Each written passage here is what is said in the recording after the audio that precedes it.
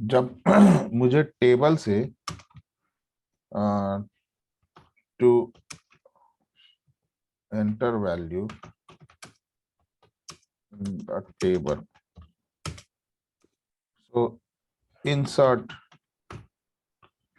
आपको यही दो तीन चीज समझना है। इसके अलावा इसमें 95% हमें जो अभी मैं लिख रहा हूं उसका यूज करते हैं। To fetch the value data from the table we use select। जब भी मुझे आप टेबल से मुझे कभी भी डेटा अगर निकालना हो या कोई वैल्यू निकालना हो तो हम सेलेक्ट का यूज करते हैं। ये तीन बेसिक चीज है, आपको याद नहीं करना है। किसी को भी मैं बोल रहा हूँ, नॉट ओनली यू, किसी को भी याद नहीं करना है। आप इस चीज को समझो, this is just isn't it simple English, लेकिन इस इंग्लिश को थोड़ा सा हम डिफरेंट स्ट्रक्चर में लिख रहे हैं, दैट्स इट ना। अब अगर मैं सेलेक्ट के बाद, जैसे इस क्वेरी को मैं देखता हूँ, सेलेक्ट, मुझे पूरे टेबल का डेटा देखना है क्या क्या है, तो मैंने लिखा select star from employees. Employees क्या है अभिषेक यहाँ पर?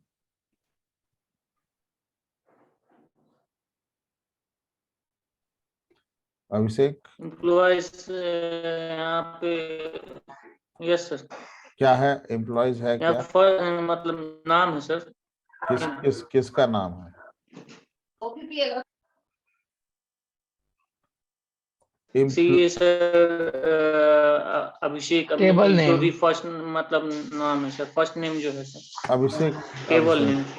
अभिषेक इस चीज को समझो, yes sir. Just a second.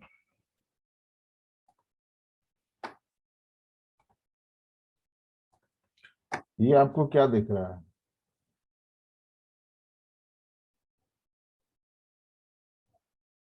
क्या दिख रहा है अभिषेक?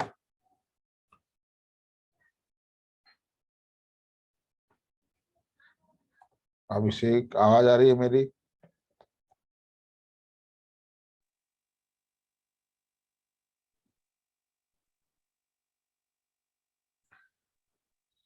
अखलाक आपका क्या क्वेश्चन है? सर हम्म ये क्रेड जो करते हैं ना सर, हम्म ये क्रेड करने के बाद हम डेटा लेते हैं। सर एक चीज, आपको अभी क्या दिख रहा है मेरे स्क्रीन पर?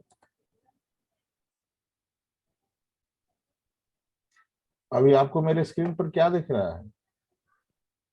सीट दिख रहा है। हाँ, एक्सेल शीट है सर। एक्सेल नहीं, इनको बोलने दो। क्या दिख रहा है आपको अखलाक? ये एक्सेल शीट दिख रहा है सर। एक्सेल शीट दिख रहा है। एक्सेल शीट के अंदर कुछ है? नहीं है, खाली ब्लैंक है। ब्लैंक है। तो अब मैं यहाँ पे लिखता हूँ आईडी, फर्स्ट नेम और लास्ट नेम। ये मैंने क्या लिखा? एक्सेल शीट पे मैंने क्या लिखा? ये फर्स्ट नेम, पहले आईडी लिखा। मतलब ये है क्या? बेसिकली एक कॉलम का नाम दिया ना मैंने। जी जी जी। तो मैं एक नया यहाँ पे जब मैं कॉलम का नाम दे रहा हूँ, अब मैं यहाँ पे 101 लिख रहा हूँ, राहुल लिख रहा हूँ, सिंह लिख रहा हूँ, ठीक है। इसका मतलब क्या हुआ? मैंने डेटा डाला यहाँ पे, जी तो मैं क्या कर रहा हूँ? डेटा नया क्रिएट कर रहा हूँ इस एक्सेल में। जी। इसी एक्सेल को मैं अब ऐसे कर देता हूँ, टेबुलर फॉर्मेट में दिख रहा है अब थोड़ा सा। जी सर।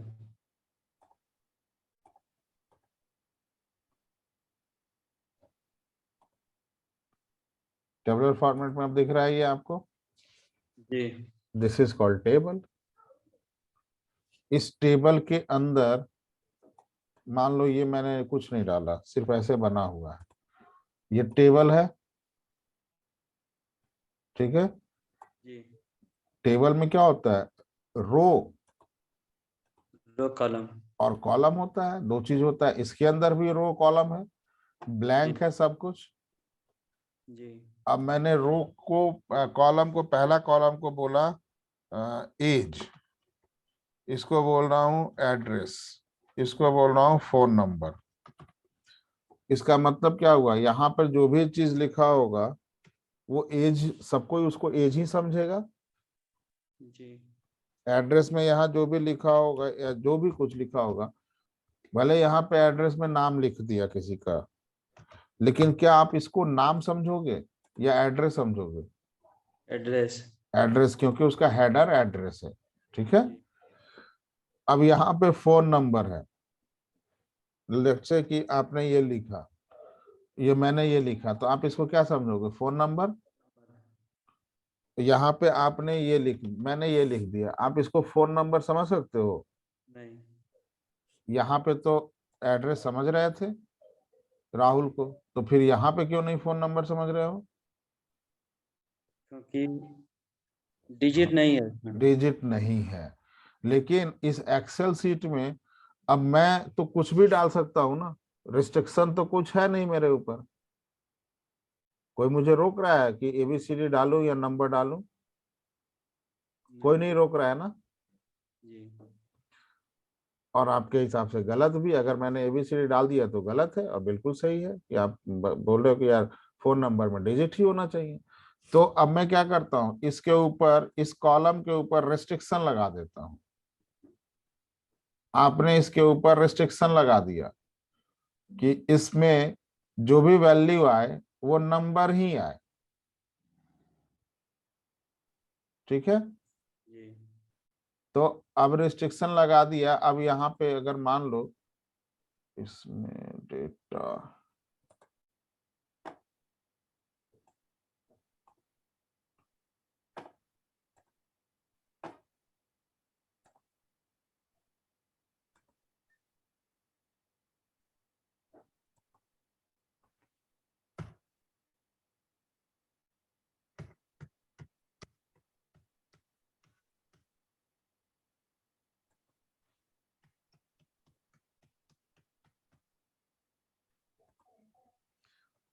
अब आपने ये लगा दिया रिस्ट्रिक्शन जी। ठीक है। अब यहाँ पे मैं ये लिख दिया, एरर दे दिया ना।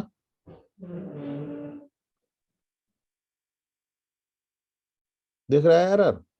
जी यही काम मैंने यहाँ किया है। एक मैंने टेबल बनाया सबसे पहले,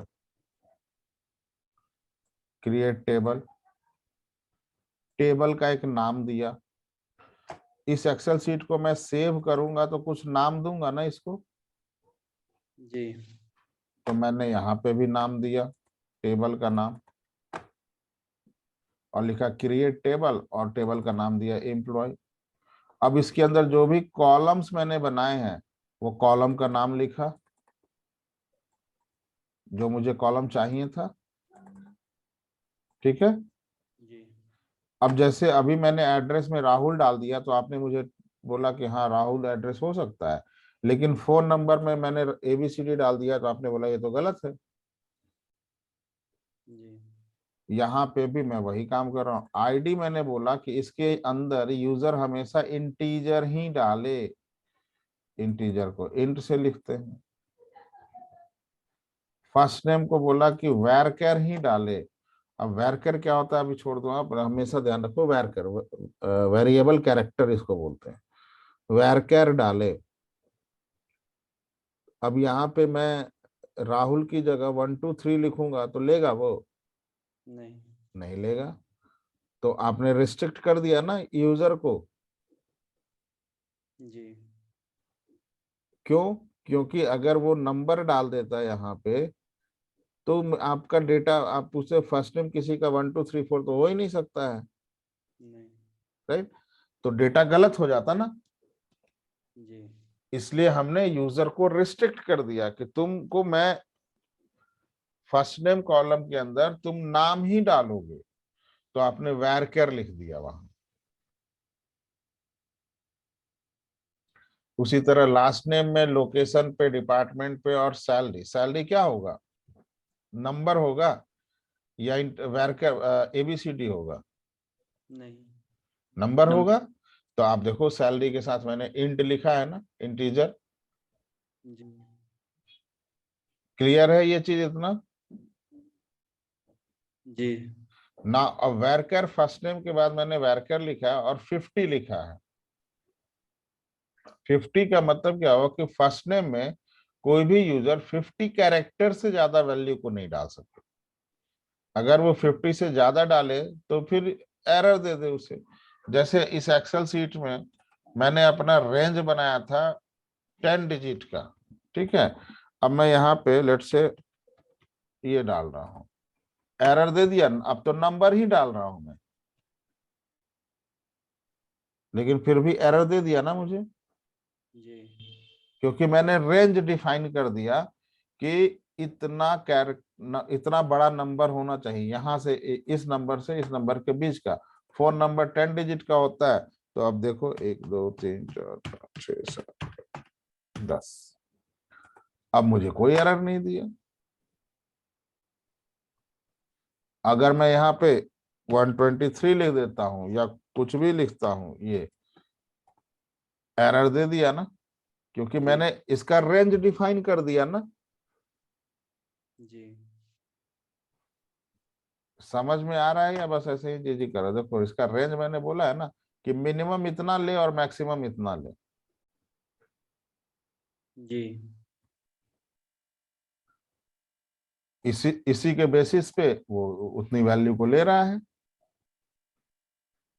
यहाँ पे भी मैं वही रेंज डिफाइन करता हूं कि अगर वैरकर 50 है तो वो इसके अंदर 50 कैरेक्टर से ज्यादा वैल्यू को स्टोर नहीं कर सके। किसी का फर्स्ट नेम अगर 51 कैरेक्टर का होगा तो उसे सिस्टम सेव नहीं करेगा। ठीक है?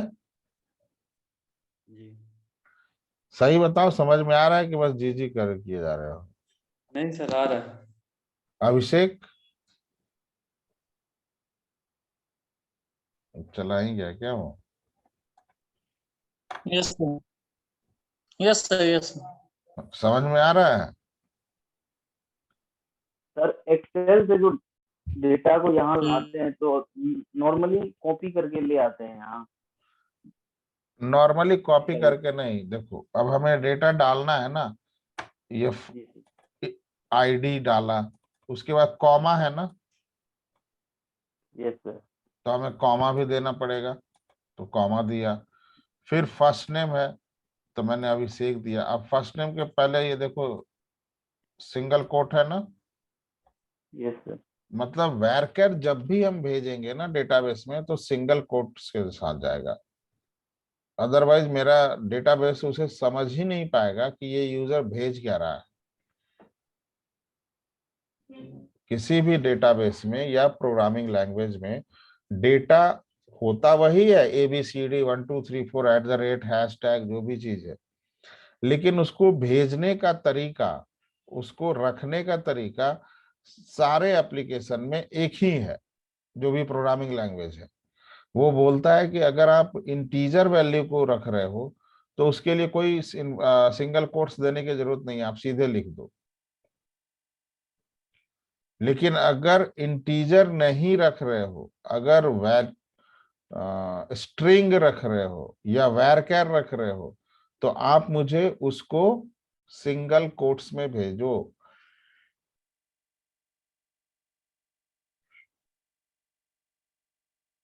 अगर आप सिंगल कोट्स में नहीं भेजोगे तो मैं समझ नहीं पाऊंगा कि ये है क्या। सो डेट प्रोग्रामिंग लैंग्वेज में अगर आप कहीं पे ये देखो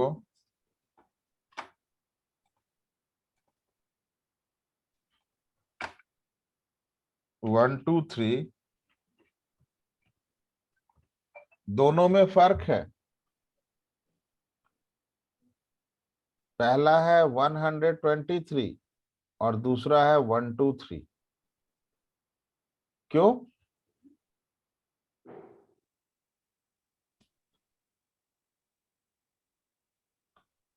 सेकेंड वाला में दिख रहा है सिंगल कोट्स है ना, आगे और पीछे। Yes sir. वो बोलता है कि जब इस तरह यूजर डिफाइन करेगा कोई चीज को सिंगल कोट्स के साथ, तो मैं उसे 123 नहीं रीड करूंगा, मैं उसे 123 की तरह ट्रीट नहीं करूंगा, उसे मैं ट्रीट करूंगा। हो सकता है कि कोई यूजर हो जिसका नाम 123 है, ऐसा। सिंगल कोट में लगने का भी स्ट्रिंग बन जाता है ना हमारा।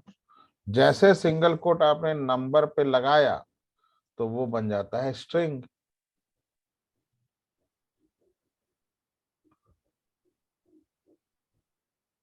ठीक है, यस सर। दोनों में फर्क समझना, 123 और 123 में क्या डिफरेंस है।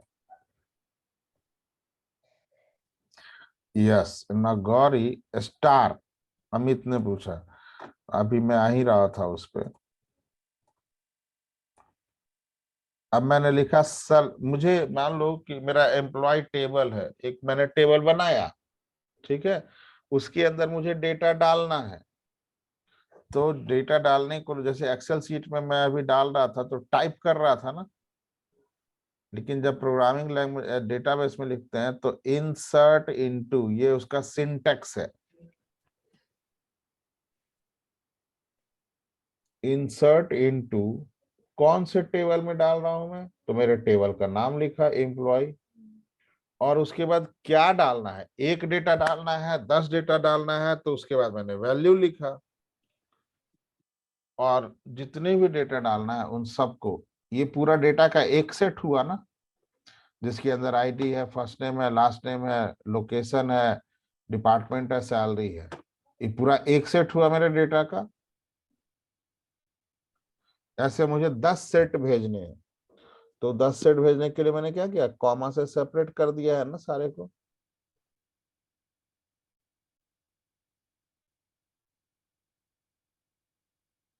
क्लियर है? Yes sir. Any question anyone? No? चलो, अब मैंने इंसर्ट कर दिया टेबल के अंदर वैल्यू को। अब मुझे अगर देखना हो कि मेरे टेबल के अंदर क्या क्या डेटा गया है, तो उसे देखने के लिए मैं सेलेक्ट का यूज करता हूं। जब भी डेटाबेस से मुझे कोई चीज देखना है तो मैं हमेशा सेलेक्ट का यूज करता हूं। मतलब मैं करता हूं ऐसा नहीं है कि मैं करता हूं, मतलब वो सेलेक्ट क्वेरी ही बना है इसके लिए कि जब भी आपको डेटाबेस में कुछ चेक करना है, देखना है कि वो है या नहीं है, सो ऑलवेज राइट सेलेक्ट। किस टेबल में देखना है, तो मैंने स्टार देके फ्रॉम एम्प्लॉय लिखा है, तो फ्रॉम एम्प्लॉय तो टेबल का नाम हो गया, फ्रॉम कहाँ से देखना है, तो एम्प्लॉय टेबल से देखना है। स्टार देने का मतलब क्या होता है कि वो टेबल में जितने भी रो होंगे और जितने भी कॉलम होंगे उन सबको डिस्प्ले करेगा।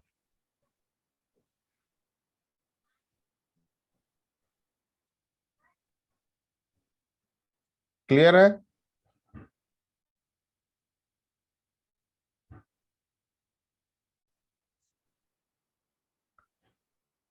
चलो, सो आते हैं अब हम। स्टार क्या काम करता है, आपको सारे रो एंड कॉलम की वैल्यू निकाल के आपको देता है।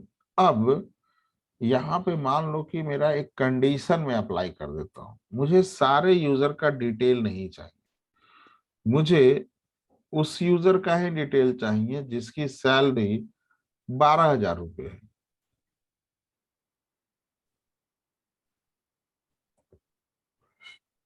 जिसकी सैलरी 12,000, तो 12,000 तो एक ही यूजर की सैलरी आपको दिख रही है ना यहाँ पे, और भी है नीचे। ठीक है, मुझे पता ही नहीं, अच्छा 4-5 अभिषेक दुबे है, ठीक है। और मुझे पता ही नहीं है कि कितने यूजर की सैलरी 12,000 है। ये तो 20-25 डेटा है, मान लो 50,000 डेटा होंगे, तो आप एक एक को तो जाके चेक नहीं कर सकते ना।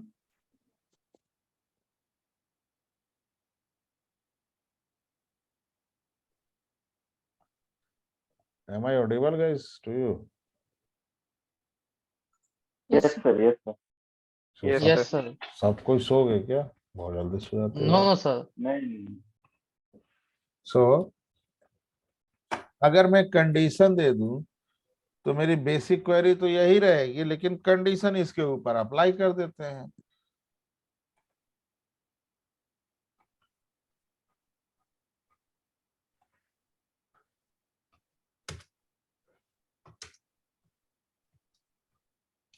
ठीक है, इसके ऊपर मैं बोलता हूं कि जिसकी सैलरी कितना था, 12,000 हो। सो कंडीशन के लिए वेयर का यूज करते हैं हमेशा। जब भी डेटाबेस में कंडीशन हमें चलाना होता है, और 98% टाइम आप लोग कंडीशन ही चलाओगे, डेटाबेस में सिर्फ सेलेक्ट क्वेरी ही लिखोगे। सो अब मैं कंडीशन यहां कर रहा हूं, where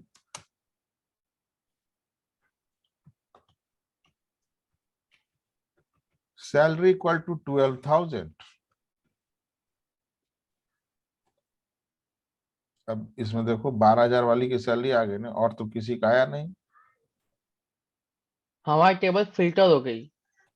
yes, a kind of filter. हमने ये कंडीशन लगा दिया कि सैलरी जिसकी 12,000 है वही निकाल के दे। अब इसमें भी आपको ID, first name, last name, location, table का आप देख रहे हो सारे कॉलम की वैल्यू दे रहा है। Yes sir.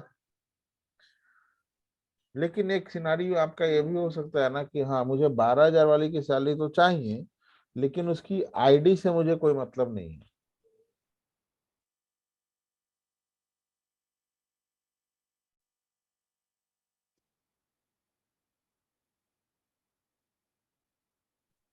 फिर anyone? Priyanka? No? No sir, सोच रही हूँ। सो सो रही? तो मतलब आईडी शो नहीं नहीं, करवानी हमें सोच टेबल रही के हूँ। अंदर। अच्छा, सो जो कॉलम का नाम चाहिए, बस स्टार क्या करता है, पूरे कॉलम की वैल्यू को निकालता है ना। तो मुझे पूरे कॉलम की वैल्यू नहीं चाहिए, तो इसका मतलब स्टार को हटा देते हैं। जिस जिस कॉलम की वैल्यू चाहिए बस वही लिख दो आप।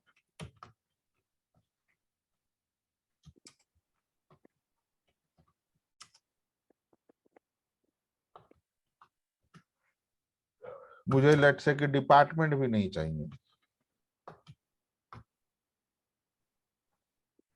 हो गया?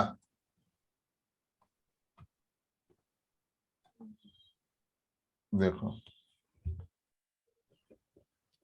स्टार क्या काम करता था, सारे कॉलम की वैल्यू निकालता था, और मुझे अब सारे कॉलम की वैल्यू नहीं चाहिए, तो मैंने स्टार को हटाकर जिस जिस कॉलम की वैल्यू चाहिए थी वो लिख दिया। आपने अपने कॉलम टारगेट कर लिए जो जो स्पेसिफिक चाहिए थे। यस, मुझे आखिर डेटाबेस का यूज मैं क्यों कर रहा हूँ, मुझे अपने ट्रेसिंग प्रोसेस में हेल्प करता है ना ये। मतलब स्टार सर वो ओवरऑल पूरा टेबल का निकालता है, अगर स्टार हटा दें तो वो स्पेस का निकाल दे।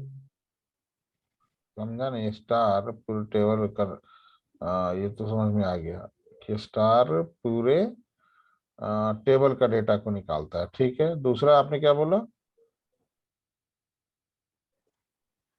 दूसरा, अगर मुझे पूरा टेबल का नहीं निकालना है, स्पेस का निकालना है, सिर्फ लास्ट नेम का, तो वो लिखना पड़ेगा स्टार, फिर हट जाएगा।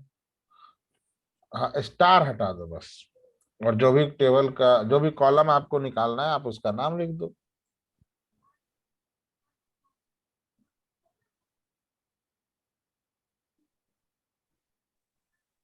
तो ये एक बार ना दोबारा से समझाइए। ऐसे नहीं होता ना भाई, एक दोबारा से आपको फोकस होकर समझना। स्टार मैं फिर से बता रहा हूँ, नहीं तो फिर आप रिकॉर्डिंग देखना। Everyone, I am telling, star is a wild card. Star always gives all row, all column value. Star हमेशा टेबल के सारे रो और सारे कॉलम की वैल्यू निकाल के देता है। सो दैट्स व्हाई जब आप इतनी क्वेरी को रन करोगे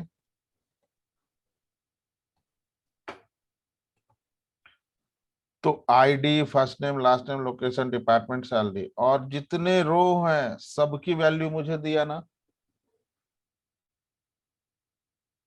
इट मीन्स ये जो सारे रो और कॉलम की वैल्यू जो लेके आ रहा है वो सिर्फ और सिर्फ स्टार की वजह से आ रहा है। और जिस टेबल पे मैंने लगा रखा है, अब मेरा मान लो कि दूसरा एक टेबल है, लेट्स से कि मैं एक टेबल बना देता हूँ आप लोग के लिए। क्रिएट टेबल, मैं इसे डाल देता हूँ डेजिग्नेशन। ठीक है, और मैं बोलता हूँ अब डेजिग्नेशन होगा तो किसका होगा डेजिग्नेशन? एम्प्लॉय का ही होगा ना। तो मैं बोलता हूँ इसके अंदर कॉलम होगा आईडी,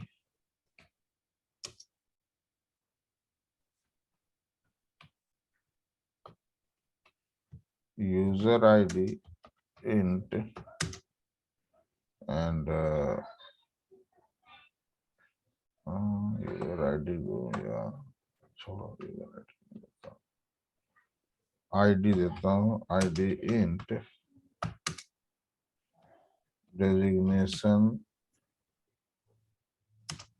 varchar 100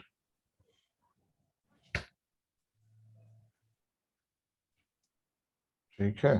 और लो जी हो गया।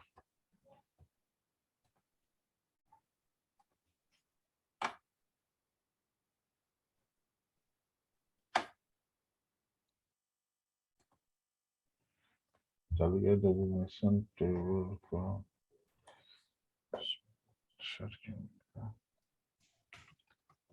select star from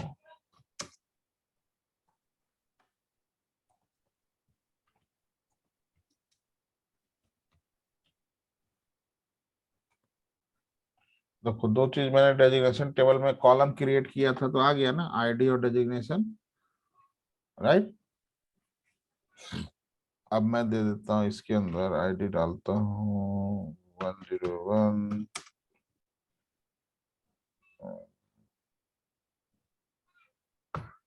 tester.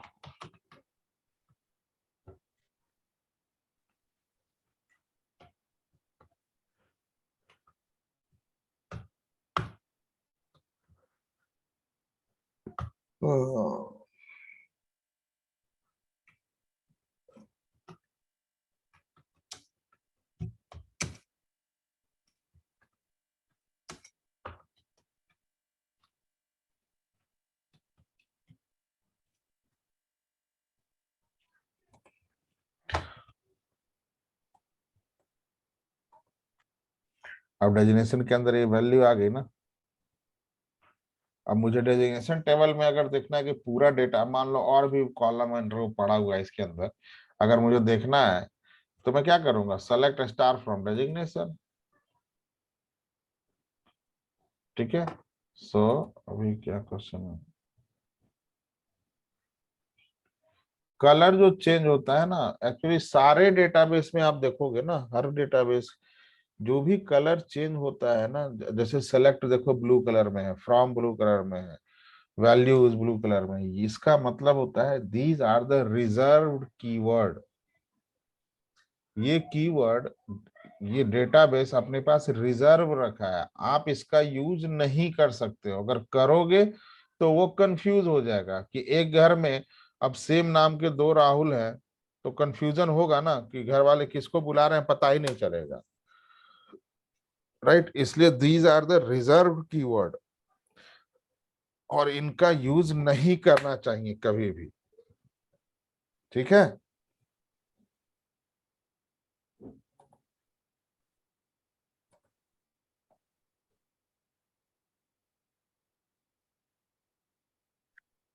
तो अब हमें टेबल में अगर आईडी को नहीं सिर्फ डेजिग्नेशन को देखना है तो स्टार को हटा के उसकी जगह डेजिग्नेशन लिखेंगे ना?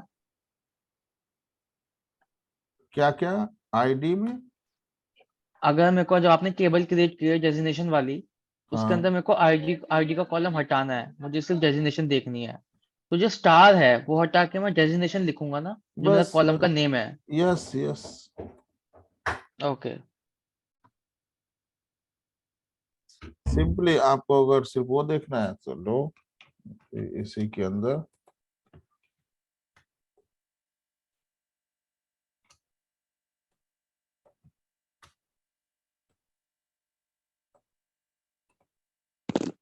सिर्फ डेजिग्नेशन आएगा। सेलेक्ट के बाद आप जो भी कॉलम का नाम लिखोगे वो आएगा। लेकिन एक चीज ध्यान रखना, अब यहाँ पे मैं डेजिग्नेशन को ऐसे भी लिख देता हूं, ठीक है, तो भी आएगा। लेकिन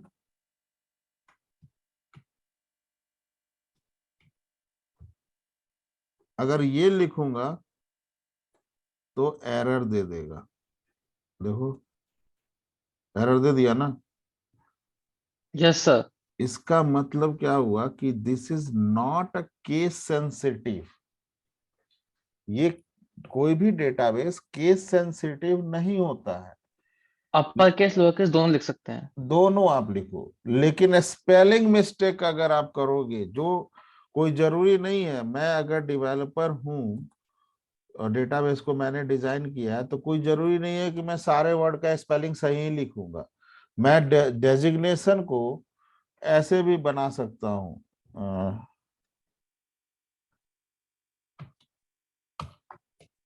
डेजिग,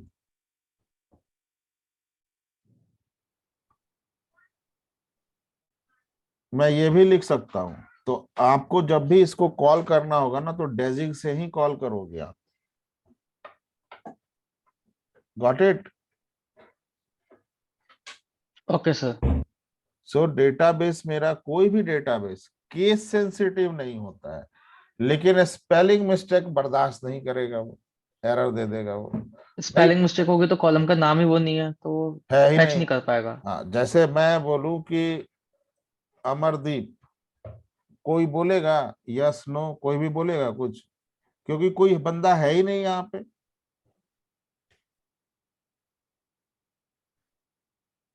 right? So spelling mistake is not will not execute, and upper case lower case से कोई फर्क नहीं पड़ता है।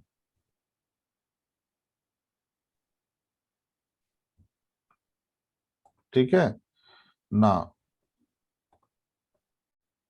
अब कंडीशन जो हम दे रहे हैं अपना, ठीक है,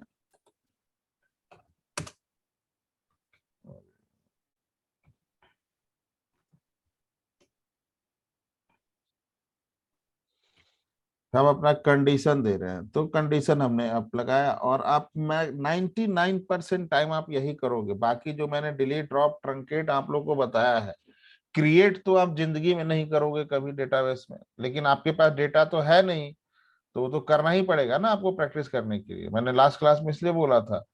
लेकिन डिलीट, ड्रॉप, ट्रंकेट आपसे इंटरव्यू में पूछा जाएगा, ये फिक्स्ड क्वेश्चन है ना। अभी हमने एक कंडीशन दिया कि जिसकी सैलरी 12,000 है, 12,000 है, उसका डेटा निकालो आप। तो आपने ये कंडीशन अप्लाई कर दिया। अब मैं अगर आपको एक कंडीशन दूं जिसकी सैलरी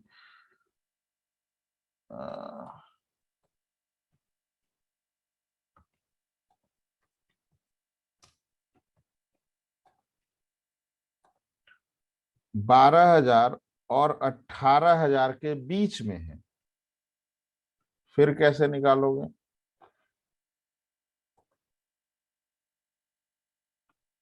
जिसकी सैलरी 12,000 एंड 18,000 के बीच में है, सो सेम टेबल का हमारा पूरा रहेगा, राइट? वेयर कंडीशन सैलरी पे ही हम कंडीशन अप्लाई कर रहे हैं ना, कि 12 और 16 के बीच का निकालने के लिए 12,000 एंड 16,000। बिटवीन यूज होगा। Where Select salary between 12,000 between and 12,000 and 18,000 18,000. 18,000, चलो ठीक है, राइट। हम्म।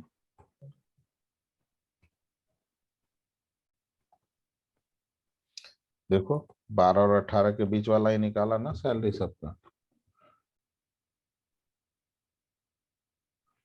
Right yes sir. ना। सर जो बिटवीन आपने लगाया ना अभी, हाँ सर 12,000 और 18,000 को भी इंक्लूड कर रहे हैं ये तो। बिल्कुल, बिटवीन में तो होता है ना, हमने ये थोड़े बोला है कि 12,000 और 18,000 को छोड़कर करें।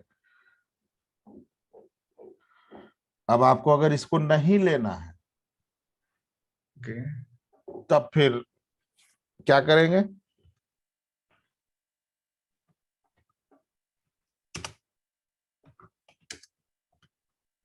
सैलरी क्या है कंडीशन? 12,000 से ज्यादा, इसका मतलब greater than यस 12,000. सर। क्या लगाएंगे? यस Greater than यस, 12,000 से ज्यादा है तो salary greater than 12,000 and less than 18,000 and Less than. Less less than than less than what? 18,000 ऐसे करेंगे, इसे नो बताना सर, फिर से सैलरी लिखनी यस, पड़ेगी। इसे बताना पड़ेगा कि कहां पे वो चेक करे लेस देन 18,000।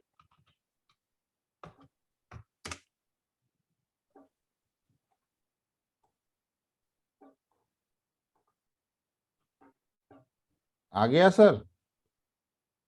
ठीक है। Yes sir. Sir greater than और इक्वल टू लिखा तो ऊपर वाला सेम वैसे होगा क्या? ये अभी आ रहा हूं उस पे।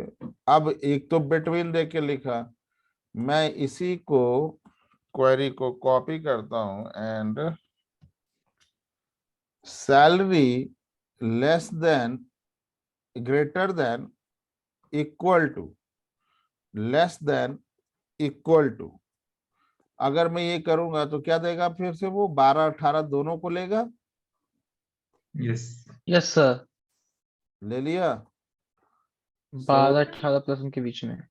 12,000 वाला भी आ गया और उसके बीच वाला भी आ गया, 16 वाला भी आया, 14 वाला भी आया एंड 18 वाला भी आया, इक्वल लगा हुआ है। So it means what? इन दो क्वेरी को देख के आपको कुछ समझ में आ रहा है कि एसक्यूएल में आप अपना लॉजिक इंप्लीमेंट करके भी डेटा निकाल सकते हो। This is the beauty of SQL.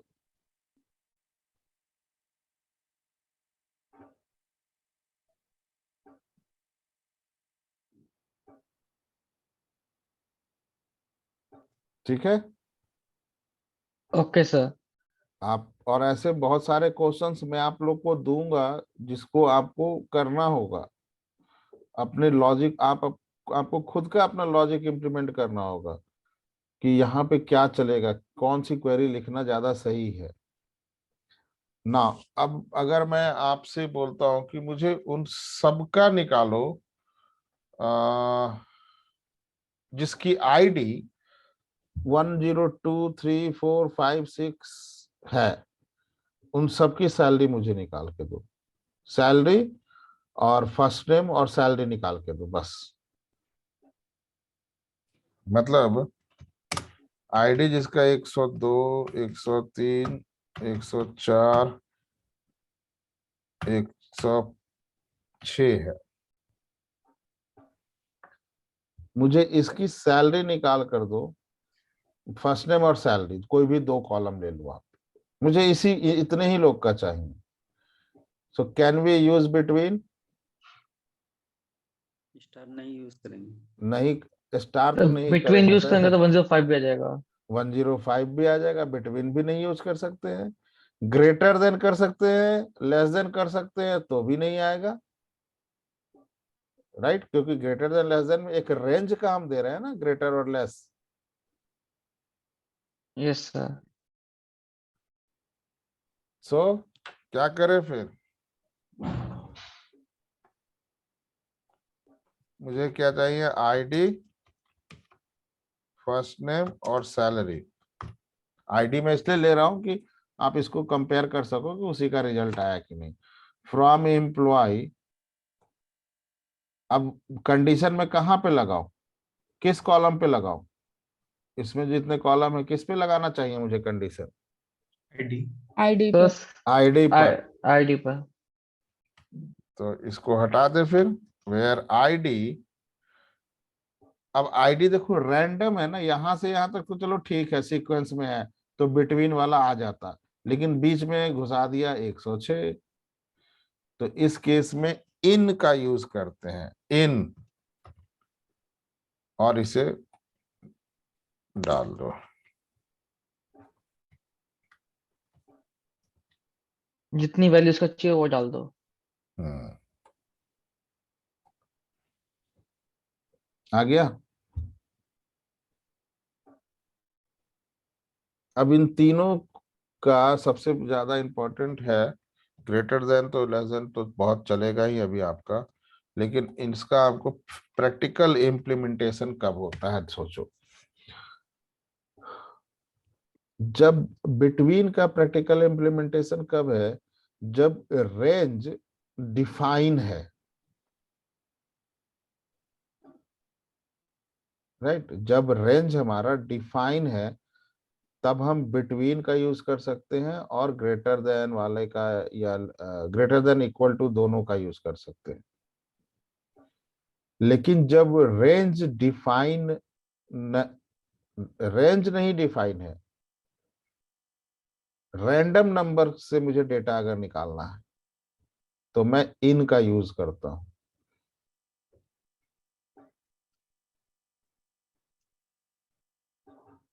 ठीक है ओके सर। ना? सर ये है जैसे कि आईडी अभी आपने एक रैंडम लिया है, ठीक है, अगर हम मे बी हम इवन लेते या और लेते तो अभी हम उस पे आएंगे, अभी आएंगे, डोंट वरी। पहले छोटे छोटे चीज को डाइजेस्ट करो सर, अभी बहुत सारी चीज है। सर एक चीज और सर, जब आप ये क्वेरी लिखते हो मल्टीपल लाइन में क्वेरी होती है, तो हम्म। इसमें जो सबसे लास्ट क्वेरी होती है वही रन होती है क्या? जो ऊपर क्वेरीज होती है वो फायर नहीं करता क्या? सर मैं उसको सेलेक्ट करके रन कर रहा हूँ ना, ओके। तो उसी को रन करेगा ना। ना अभी तो बाकी क्वेरी कहाँ चला गया? डिलीट हो गया क्या?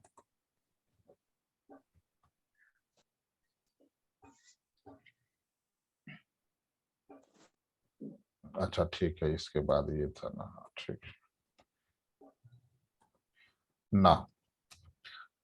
अभी मेरे पास टेबल में देखो, एक 101 से स्टार्ट होके 113 तक है, ठीक है ना? अगर मुझे 113 का डेटा नहीं लेना है, बाकी सबका लेना है,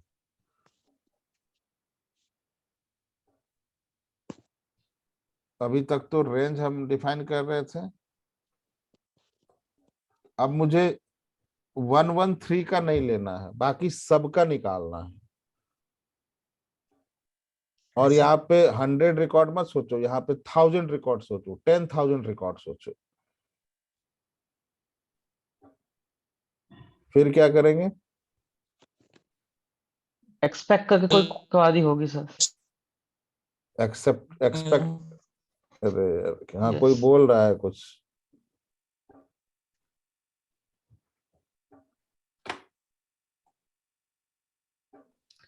ये क्वेरी लो,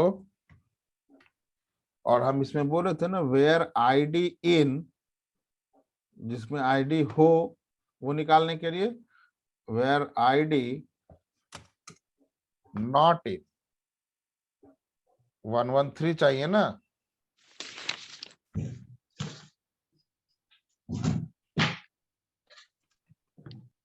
बस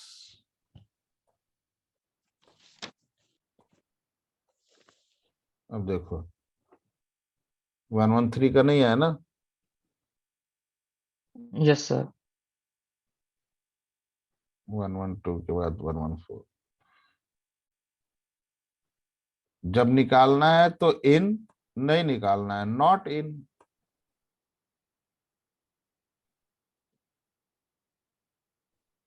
ठीक है, प्रियंका समझ में आ रहा है? गौरी?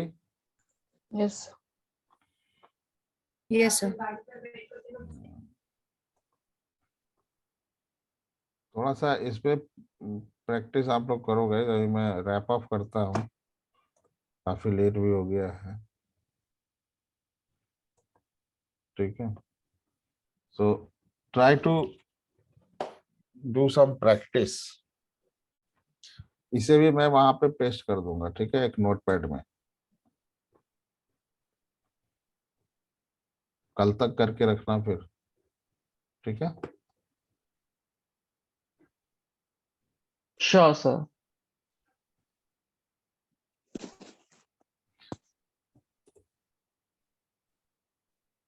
चलो फिर ठीक है। अभिषेक ठाकुर जी समझ में आ रहा है थोड़ा बहुत? सर ये थोड़ा बहुत तो आ ही है। तो थोड़ा बहुत से काम नहीं चलेगा, थोड़ा और आगे बढ़ाओ उसको। और थोड़ा जब तक सर आप थोड़ा सा प्रैक्टिस करना।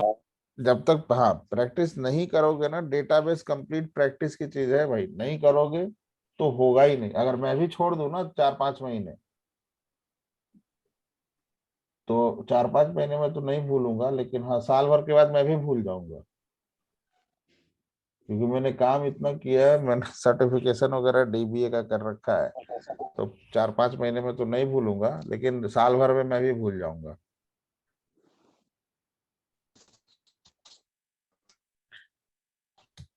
तो थोड़ा सा प्रैक्टिस करो इसमें, फिर हम लोग कल कनेक्ट करते हैं, ठीक है।